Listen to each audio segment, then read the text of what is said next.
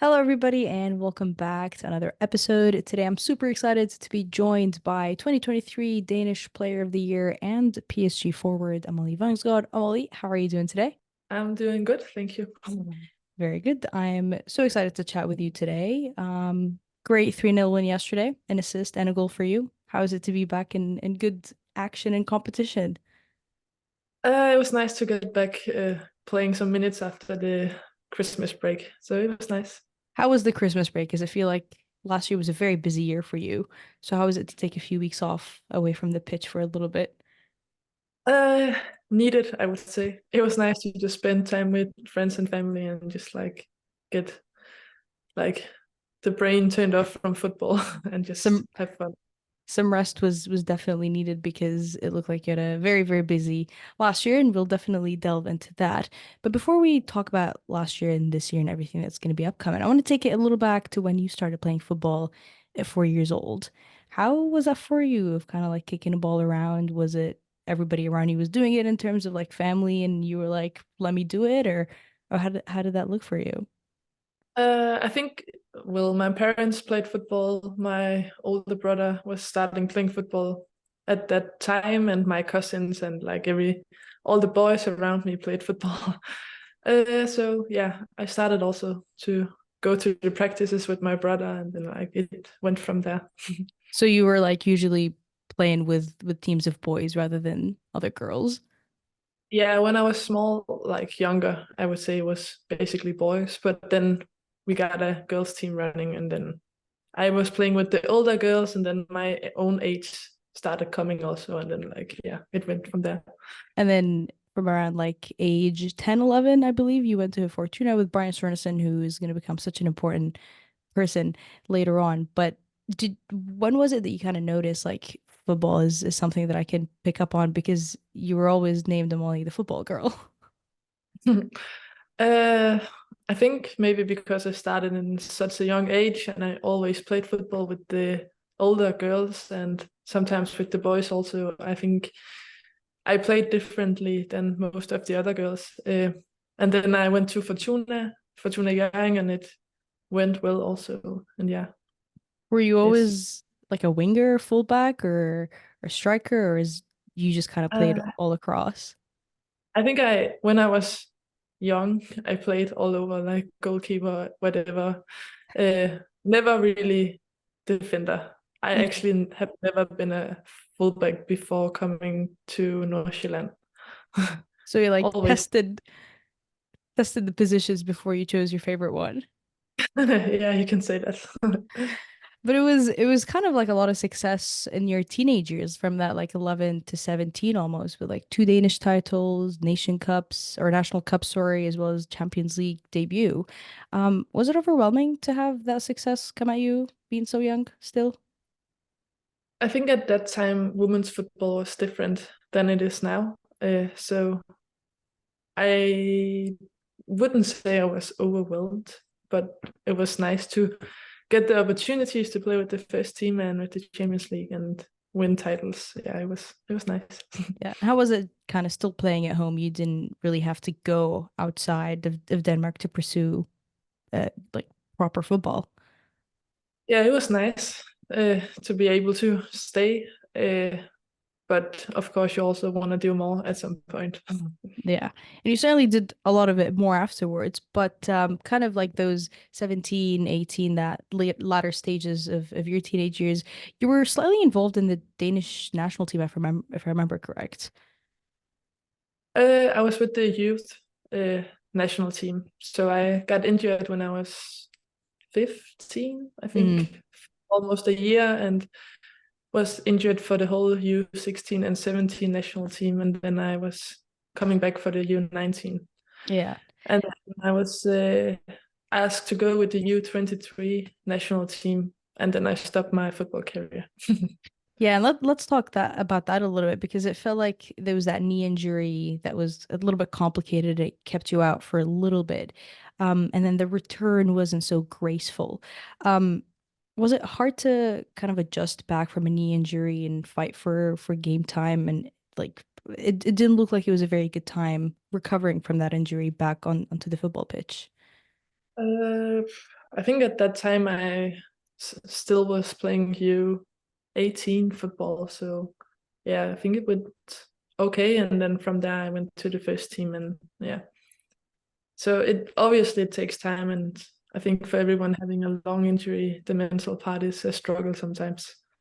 Yeah. Was it when you decided to step away from football, was it multiple factors? Was it you fell out of love of the game? Was training too much because you'd been playing for like almost over a decade by that time? Or was there like a specific factor that was like, that's it? Uh, I think I had a lot of travel time between school and home and practice all the time. So I feel like I spent most of my time driving to school or to training or home, and then just did the same thing next day. So I think that part was like tough, like sitting in a car all the time, and then the stress factor when you're a young player and coming for the first team, and you at that point we had so many talented like big players in Fortuna young A national team players that I had to compete with, so it was like a hard competition. uh, and then I think the stress was like with school and everything, I just had other things I wanted to do more than playing football. And when I guess you took that decision to step away, was it you will reconsider coming back to football, or was it like, that's it, I kind of want to explore other things for now? I think at that time it was just that's it. I can't see how I would want to come back, because at that point I was feeling really bad. Like I was stressed and sad all the time. I didn't like coming to practice. It was like, yeah, it was not nice. So yeah, I think it was definitely to just stop and not like, if it happened that I came back, it would happen, and if not, I wouldn't have any problem with it. Yeah, what would I feel like now there's a lot of players specifically in that age group of like 18, 19, 17 that drop out of the sport because like you mentioned, there's so much stress around it. It's a lot of school. Everybody has to go to school around that age, and you want to go professional, you have to commit a lot of time. What piece of advice would you have for young players, or I guess if it was you from 10 years ago now, what kind of bits of advice would you be saying? um, so I think today I have a feeling that schools are better at like putting the balance like between football or like Hmm. elite sport. They're better at like talking about it and finding a way. But I think for me, one of the biggest stress factors was like feeling like I couldn't do what my friends was doing, like go out to have a drink or like eat candy, or like, oh, my teammate is running now, I also have to run. Like I think so. Don't compare yourself to other athletes, because you're on your own journey, and yeah, if it's going in the wrong direction, you'll turn back to the right direction. But remember to have fun and like enjoy those years also, because football is also hard work, and you need to have fun during the way also. For sure. And what I really liked about the time that you took away, you kind of did bungee jumping, skydiving, like you traveled, you did snorkeling. Is there anything that you did not do that you wanted to do in those 2 years that you were away for almost? I think I ticked off most of the boxes.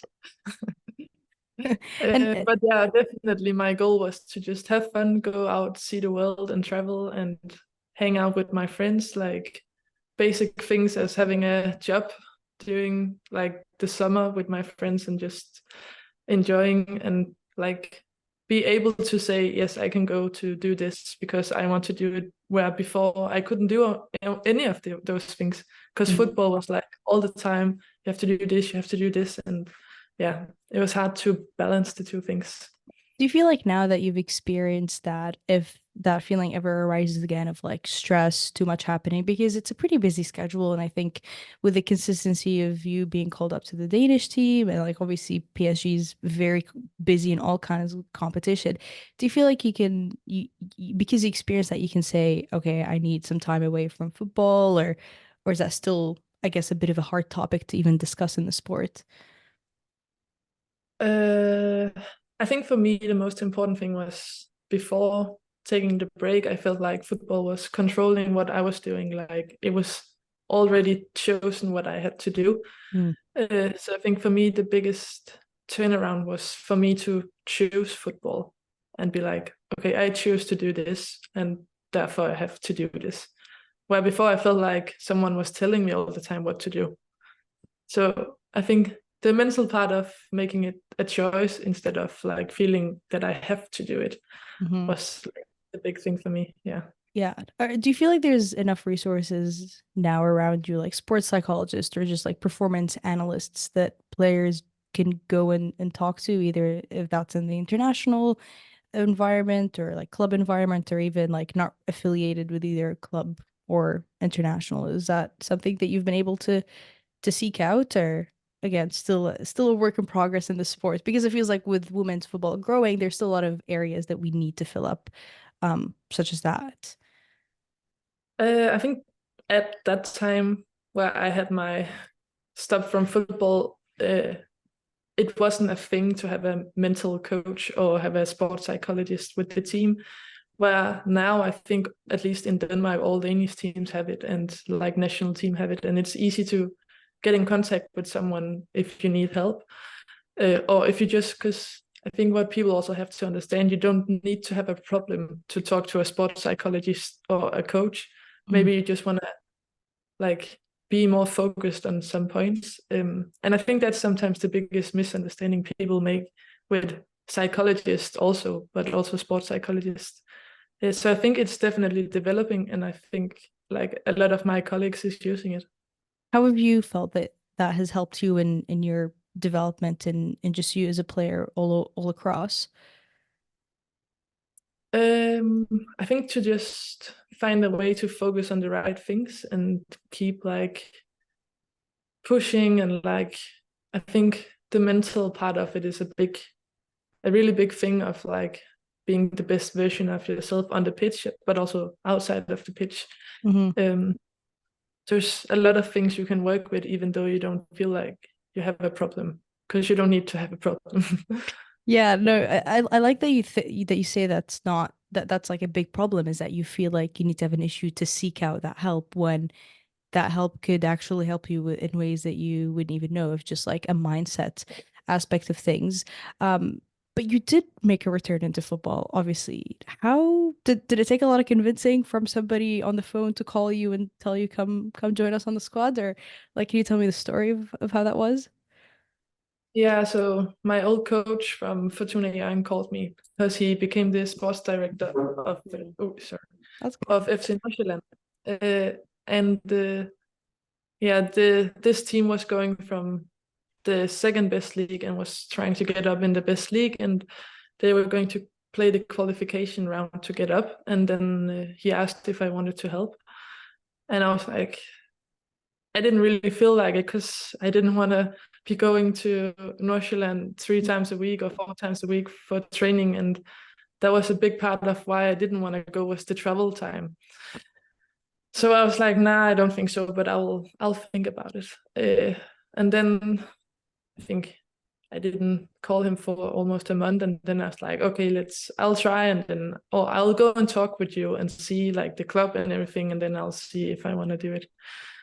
And then of course, like he was like, you can just train whatever you want. We just like come for the games and like train once or twice, and we will see how it goes. And then of course, when I started, it was like going by itself. I couldn't stop again, and I was training the same amount of time as anybody else. Did you feel like you got your love of football again because of that break, of like you got to experience all those things that you probably missed out because you were too busy with football? I definitely think this was the right time to go back into football. I was like starting to miss the structure of having something to do every day and like go to, and like keeping in shape also, like uh, yeah. And then I think the whole project in the club was Mm. just perfect for me to come back, and I could also, instead of focusing on me, I was more focused on like getting the club up in the best league, because it was like a good project for women's football. Hmm.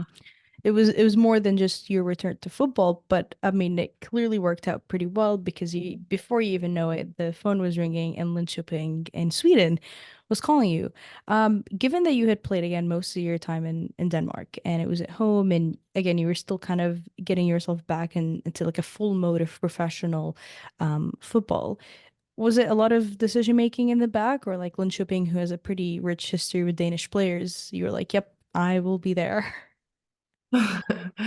I think definitely it takes some courage to go to up in Sweden, in the middle of Sweden, and be like, okay, now I'm here. Yeah. It's like Linköping is not the biggest city in Sweden, also, but it's very cozy. But when you sit at home in Copenhagen and you're like, do I want to go there? But then I was like, okay, now I try it, and then we see what happens, and then we just like follow the journey. Yeah, and you actually crushed the leaderboards in terms of scoring, but you weren't actually brought in as a center forward initially. It was more of like that winger role, and then you became the unstoppable striker that probably every goalkeeper hated to play against. How did that conversation happen from like the transition of a role that you did so well in because you were already quite an attacking minded player anyway from the get-go? Yeah, I had played like some wingback in Nordsjælland and was like actually going into the wingback role, but before that I always played as a striker. Hmm. I've always been like an offensive player. So yeah, first half season I did the wingback and then the striker left Linköping and I was like, hey, if like I'm also a striker, so if you need a striker, I can like try. And then I got a chance and then it's like, yeah, And I yeah. how did you enjoy the Swedish League? Because it's always been such a top kind of like league in the women's game, probably one of the first pioneers of leagues in the game. How was it to be like in a big structure that was so well respected and kind of well developed and has such a big fan base and fan culture almost? I think the Swedish league is really good. I think it's a really good league to be in for like a long time, but also to develop for young players. So it's a strong league, and like I think it's like I have nothing bad to say about it. Actually, I just think it's like the level is good. There's no easy games really. Mhm. Yeah. Yeah, we definitely see a lot of it's almost like a pipeline for a lot of those youngsters to get developed in there. And it also helps you not only develop your game, but also get you back into the call-up squad for Denmark, who was calling in September of 2022, putting on that shirt again and representing Denmark. How was that? Because I don't know, did you ever imagine representing your country again after you completely retired from the sport? Uh, I don't think I would like. I didn't think about it while I stopped, but Yeah. coming back to football and things starting to going well, I think the dream like came back. Kind of like this is my goal. It is to get back on the national team and get a chance. And it was a very special moment to play my first A national team game. Yeah, it was really fantastic to see you in that setup once again. And it was kind of like again the start of really good things to come because in January of 2023, which is almost exactly a year of today, Paris was calling. The Swedish League, apologies, had just ended and it was like you were gonna go back into competition right away. Paris obviously is a PSG is a big step up. And how did you feel like that was the right challenge for you at that point of your career? I think for me, Paris was like if Paris called, I didn't have much thought about it. Yeah. I think it's a really nice club, and I think it was like if I said no, I would think about it the rest of my life, not taking the chance when it was there. Yeah. But obviously, it's a different league than in Sweden. It's a different team, and it's a different level of players. Mhm. So it's also a little bit scary actually, but also really nice to get into the team and like developing. Yeah. What differences have you noticed from like Scandinavian leagues to the French league now? I would say the French league is definitely more individual. Like it's the players are more like, oh, I don't know how to say it, but I think they're better individually. So everyone can do something with the ball. Like Mhm. they can all like they're very technical. Yeah. Where in Sweden it's maybe more like we play more. as a team, not okay, it also sounds really negative, but I I think think, in Sweden you need your teammates more yeah, because not everyone have the ability to go one-on-one all the time, if it yeah, makes sense. like a lot of individual brilliance shines, I guess, in that French league. Yeah, I think in France they have a more focus on the technical part and the Mhm. dribbling part and keeping the ball, where Yeah, maybe in Sweden teams are more direct. Yeah. yeah. Was it hard to adjust from like a striker point of view? So my playing style is very much running into the box and like going deep. Uh, and I think PSG is a lot of keeping the ball, playing it up on the striker, and Mhm. like still keeping the ball. Yeah. So I think it was like definitely a change, but it have also been a really good like journey to add something more to my game. Yeah. Yeah, it was like a perfect match almost with your style of play and that transition. What would you say are your best qualities? Because I feel like you're kind of sometimes you show like that false nine, like 10 player with that assist that we saw yesterday was just like magnificent of how you saw that vision and delivered it. But what would you say from your point of view are like your best qualities in your game? Uh, I would say, yeah, one touch finishing in the box. Because that's kind of what I did in Sweden and it worked really well. Like I Mhm. think 21 of my goals was one touch finishing and one goal was with two or three touch. For sure. What about like again those playmaking qualities that you feel like you possess? Uh, I think it's not often I get into the position of the playmaking. Hmm. I'm often with my back turned to the goal or like running into the box. So I don't know if it's one of my strengths, but Yeah. I'm happy if you see it as one. It certainly does like it when does look like it when we were watching. But after obviously you signed in January, the World Cup came in the summer, and I feel like we've got to talk about that because Denmark was making it back at first time for over a decade. Um, how was the squad feel of like pretty much everybody going in, debuting into a competition like this? I think it was really big for everyone. And the whole World Cup was a big like thing with the whole Australia and New Zealand, the fans and the people around made such a good atmosphere. So I think everyone was just excited to go and play and like hopefully the goal was to get from the group and we did that. Yeah. You sure did, and you were a big part of that because we have to talk about that goal against China where you came on and it was like a, a couple of minutes, if even, of instant impact, a beautiful cross from Pernille Harder off the corner, and then you get your head on it. Now we only got to see the camera and everybody yell and go and kind of just like hug you in a huddle. But for you, can you tell me how those like 3 minutes of coming on, scoring, and then knowing that you just won the game happened for you? So the funny part of the story is actually I was injured for 3 or 4 weeks. I was cleared to play 2 days before the match. Oh, wow. So I had a I don't know, I had a muscle injury. I got in the pre-camp and we actually didn't know if I would make it. I was like actually close to be sent home 2 days before because if I couldn't run or couldn't shoot, probably I would have been sent home and another Yeah. player would have taken my spot. So it was really like I don't know. I sat on the bench and I didn't really expect to get in because I had only been training 2 times before the game. So I think everything just like I don't even know what was thinking. Like I don't think I was thinking anything because it was so surrealistic that I actually scored. It looked like a scene out of the movies, honestly, and you could see the crowd and obviously the bench and everybody came up to you. How important was it to get that win in terms of like momentum, but also confidence for you that sure you might have been injured, but you're here, you're fit, and if you can come on and get a header like that one time, you could probably do it again.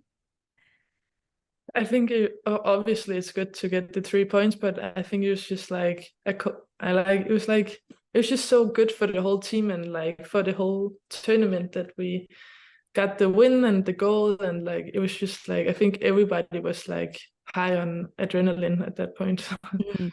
Do you have a favorite moment from camp or I guess the World Cup?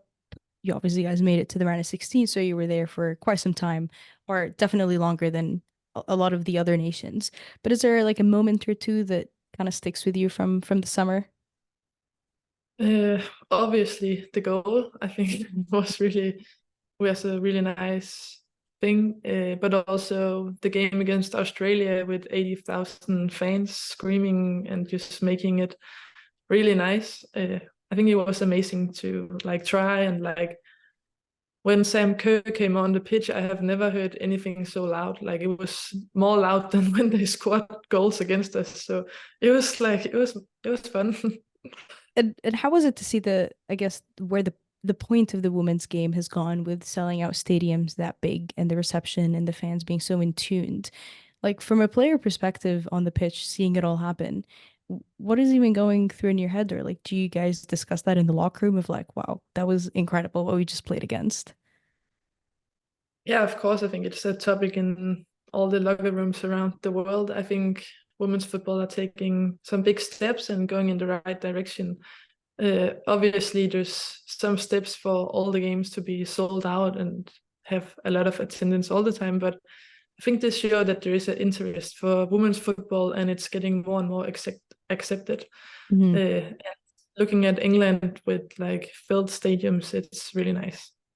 Yeah, and I think France is obviously they've got some steps taken in there, but even with the Champions League, you see big games like that happening. How so like an overall experience of like getting back into the Danish team, back into the World Cup. Um, was it overwhelming again to like have all that success come at you so fast, or were you like enjoying it and just taking it as it was coming to you? I think it's a good mix. Yeah. I think sometimes things just come really fast, and usually when one thing comes, the next thing comes, and like it can be a bit hard to like stop and actually acknowledge what is happening. Because in football, you play one game and then it's done, and the next game is coming like maybe 3, 4 days after. Like Yeah. right now, we're playing all the time, so just not a lot of time to like sit down and like see what is happening. To like reflect what you've actually done because you're right, like right after the World Cup came in, it was then the Nations League and it was not an easy group that you guys were in, but you did remarkably well and you beat Germany. How was the reception of the I guess the Nations League for Denmark and the players that were involved in it? Like was it a good great kind of competition for you guys to be involved in? I think yes, it was like we started out well and like showed that we can play football and compete with one of the biggest teams in the world. And then we messed it up in the end. So I think it's a really big mix of being proud of the team and like showing that we can do this, but then we mess up in the last game Mm. basically, where we could have been qualified to go further for the Olympics. Yeah. So I think it's like it was good, but also a tough one. Certainly frustrating, and I think it hasn't been easy with some of the injuries that the team has had to deal with, obviously with the captain Harder being out, I believe, for that game. What are some things or like goals you hope to, or I guess I'll split this up into two. What are certain things that you feel like as a Danish team you guys have to improve on, and obviously with the new coach that you're familiar with anyway from Lyn what are some things that as a team, as a collective, you guys are hoping to do for the upcoming year, which will be quite an important one before the Euros as well?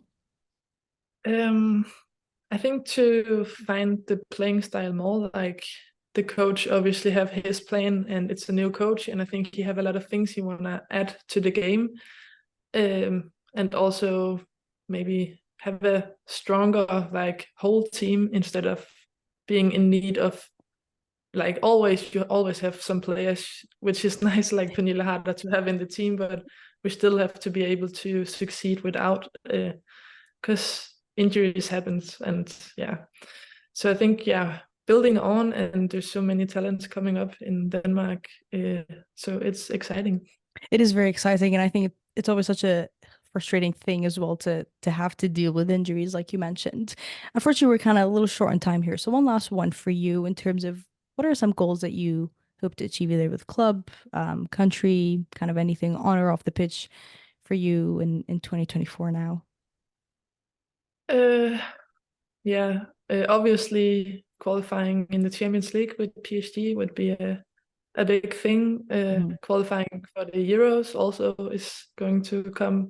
So I think those things is definitely one of or two of the goals for this season. I think sometimes I have a hard time setting new goals because so many things are happening, just becoming the Danish player of the year. So now I'm just trying to enjoy it and like enjoying my time in PSG and like hopefully we keep like pushing in the league also. And this year they changed the way of playoff in the Yeah, league, so hopefully we will get into the final. I think you're definitely looking in good runner-ups. And actually, I lied. One more question, and I don't know how I kind of forgot to mention it in there, but you just like 2 weeks ago, not even 2 weeks ago, last weekend, you got awarded and named Danish Player of the Year. How huge is that? Uh, it's very huge and big, and I think I don't really know actually how I should feel about it. Obviously, I'm happy, but then you go to Denmark, get the prize, and then I had to fly back to Paris the day after. So it's like, thank you, and then you're back, and then you're like, oh, okay. I know, I feel So like, sorry, go ahead. no, no, it's fine. They should have probably given you that award before the break so that you could get to think about it during the Yeah. break. But what was the reception, I guess, from your teammates and I guess fans from like Denmark of you winning that award and obviously like absolutely deserved with a massive year that you had. But how was it to kind of get those like nice messages and feel like, yeah, like this is such a great achievement? Very overwhelming. I think it's sometimes hard to like take it in, Yeah. but obviously I'm really happy. But at the same time, you get so many messages, and you're like, I really want to reply everyone, but it's also it takes like so much time, and football is running, and you have to be everywhere. Yeah. So it's really overwhelming in a good way, In a and good it's way. so nice to see the warmth from everybody around. Yeah. That is fantastic. It's always good to have good things happening all at once. Hopefully not too much where it's too overwhelming, hard to deal with. Amalia, thanks so much for taking the time. I know I'm very excited to see you keep crushing this with Denmark and PSG this year. And yeah, all the best and thank you so much for taking the time. Thank you.